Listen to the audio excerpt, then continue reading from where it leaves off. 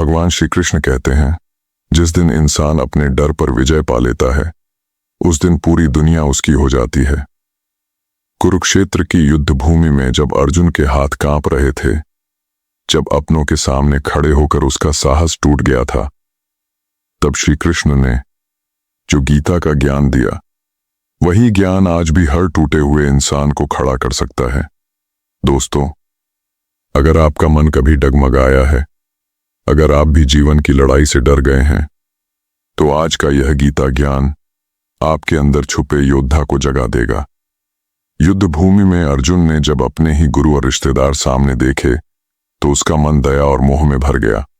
उसने अपना गांडीव नीचे रख दिया। उसने कहा, मैं यह युद्ध नहीं कर सकता। यह सिर्फ अर्जुन की कहानी नहीं है, यह हमारी भी कहानी है।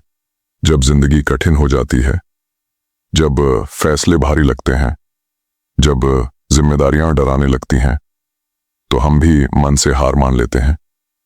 तभी श्री कृष्णा ने अर्जुन से कहा, यह कमजोरी तुम्हें शोभा नहीं देती। उठो और अपने कर्तव्य का पालन करो। यही गीता का पहला संदेश है। भागो मत, सामना करो। गीता का सबसे प्रसिद्ध उपदेश है, कर्म करो, फल की चिंता मत करो। हमारी सबसे बड़ी गलती क्या है?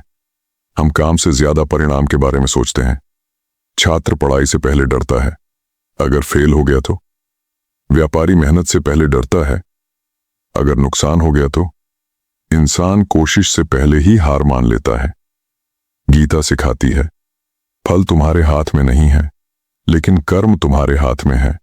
अगर तुम पूरे मन से कर्म करोगे तो परिणाम समय आने पर स्वयं आएगा। गीता कहती है, मन ही इंसान का मित्र है और वही उसका शत्रु भी।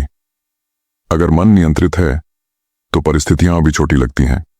अगर मन बेकाबू है तो छोटी समस्या भी पहाड़ बन जाती है। इसीलिए असली साधना बाहर नहीं, अंदर है।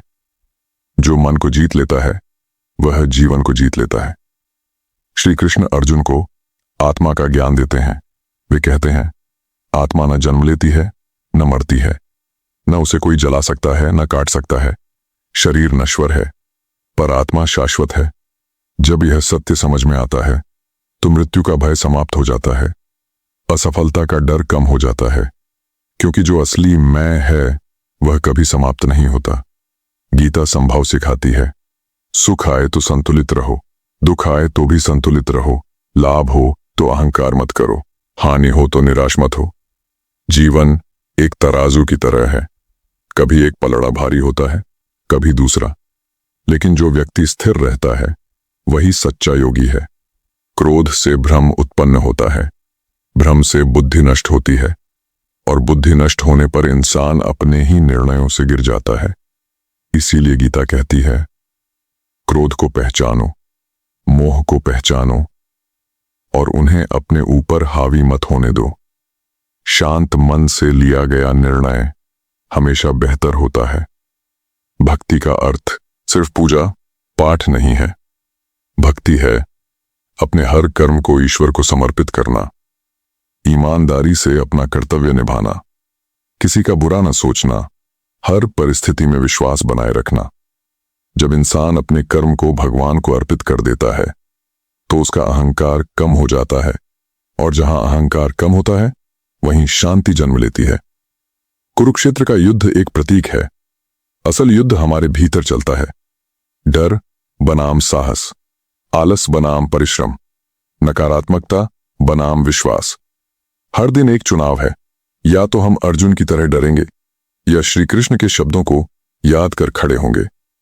अंत में याद रखिए, श्री कृष्ण ने अर्जुन को युद्ध से नहीं भगाया, उसे सशक्त बनाया। उन्होंने उसे यह सिखाया कि कर्तव्य से बड़ा कोई धर्म नहीं, साहस से बड़ी कोई शक्ति नहीं, और आत्मज्ञान से बड़ी कोई जीत नहीं। जो खुद को जीत लेता है उसे कोई पराजित नहीं कर सकता। गीता हमें भगवान नहीं बनाती, लेकिन इंसान से मजबूत इंसान जरूर बना देती है।